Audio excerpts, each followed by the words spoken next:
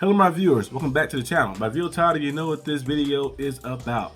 AEW Dynamite review. I'm making this video real quick for the first part before the main event comes on. It's a 4-way match, so I'll give you that in the later part of the video. But so far, we've seen, of course, a few things happen. Some top things happen. FTR is no contender for the Tag Team Championships. They defeated Jet Speed, Jungle Express, and the Young Bucks in a 4-way tag team contenders match. Went out there and handled business, they got it done, and now they're looking to become 3-time tag team champions. They got to fight Brodido, which will be very interesting. It should be a very good match. The styles actually match very well in this type of match, of course. And we know Cass Wheeler he's an undercover lucha wrestler. We've seen him many times throughout the past few years, pull out some crazy moves that we didn't think he could do like that. So I think it'll match up well. Him and Brodido, and of course, Brody King and Dax, that more striking style, hard-hitting style, gonna match up well. It's gonna be a very cool match to see in full gear. And hey, I'm gonna be tuned in. Might live stream it. We'll see what happens though. But we're also seeing, of course, Okada and Takeshita. The tensions are growing. I knew Okada was gonna flick him off. I was trying to wait. I'm trying to see if he gonna call him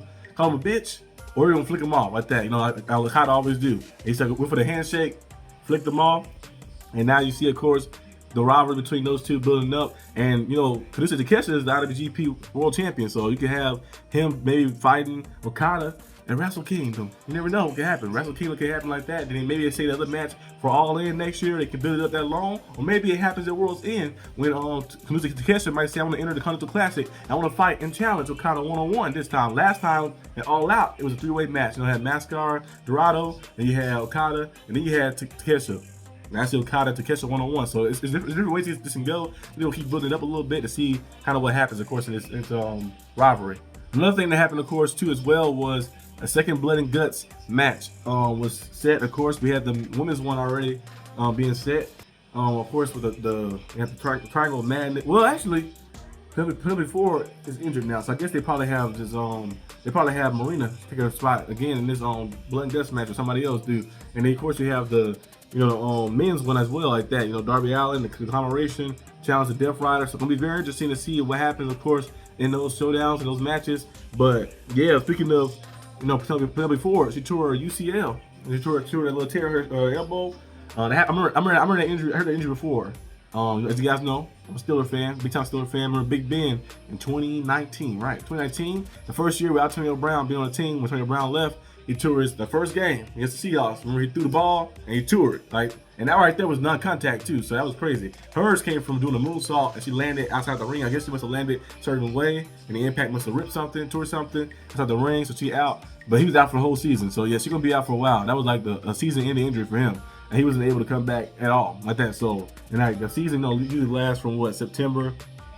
It's like September all the way to January, depending on where your team lands, of course, as well. So he was out for a little while. He came back eventually. I think he was able to throw a football like 6-7 months in, so she might be out for a little while. Maybe you probably see her maybe close to around the time of Double or Nothing, maybe next year, April or something. But it'll definitely be like a 5 to 6 month injury, depending on how bad it's torn. So hopefully Penalty Ford is good. That was cool to see though. The tag team between Megan Bain and Penalty Ford was a nice tag team, of course. But now we get to see Marina Shafir step in as her partner, and that's gonna be a crazy team. You see Moxley's reaction to it. He was like, "These two, it's gonna be crazy."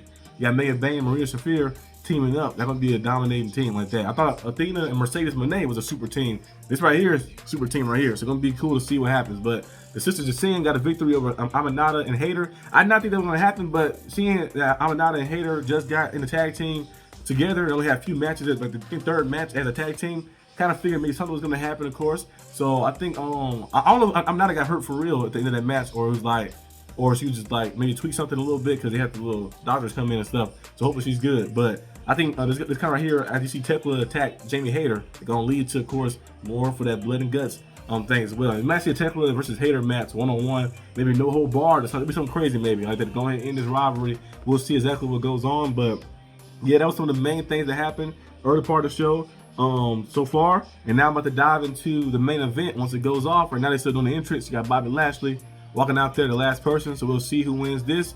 But I'll be back to you guys after the match ends.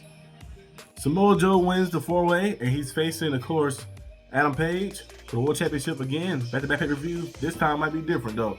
First time they was fighting, Samoa Joe's fighting him as Adam Page thought they was just competing like that. But this time it's a little different, a little more hatred into it. So it's gonna be an interesting match I'm thinking Heyman Page retains, but you never know. You never know what could happen. Heyman Page has been champion for a few months now. You never know what could happen like that. But they have, of course, Samoa Joe winning the four-way match. Bobby Lashley trying to get back in the ring. Ricochet distracting him, caused him not to get in the ring. And you see, what's the name? Hook pass out. They get put to sleep with a coquina clutch. So that is most of the things that happened, of course, today in AEW Dynamite, the Halloween edition. Of course, it's the Friday night edition of it, and they still have the. They still have it on. They're showing. I guess they're showing. I think they're showing Heyman Page to come out like that. Hold on real fast. They're doing a contract signing with the mascots or something. The costumes. Last time Heyman Page was in that little, what's that little fluffy thing from Ghostbuster? He was in that costume last time when he popped out and he gave him some clotheslines and stuff against the Young Bucks. It's interesting. I don't know if he's in one again, but this is an interesting ending segment. What the heck? But yeah, but this is basically most of the things that happen in AEW. They had a contract signing right now. Probably something crazy with Heyman Page pop up and attack Samoa Joe or something, I don't know.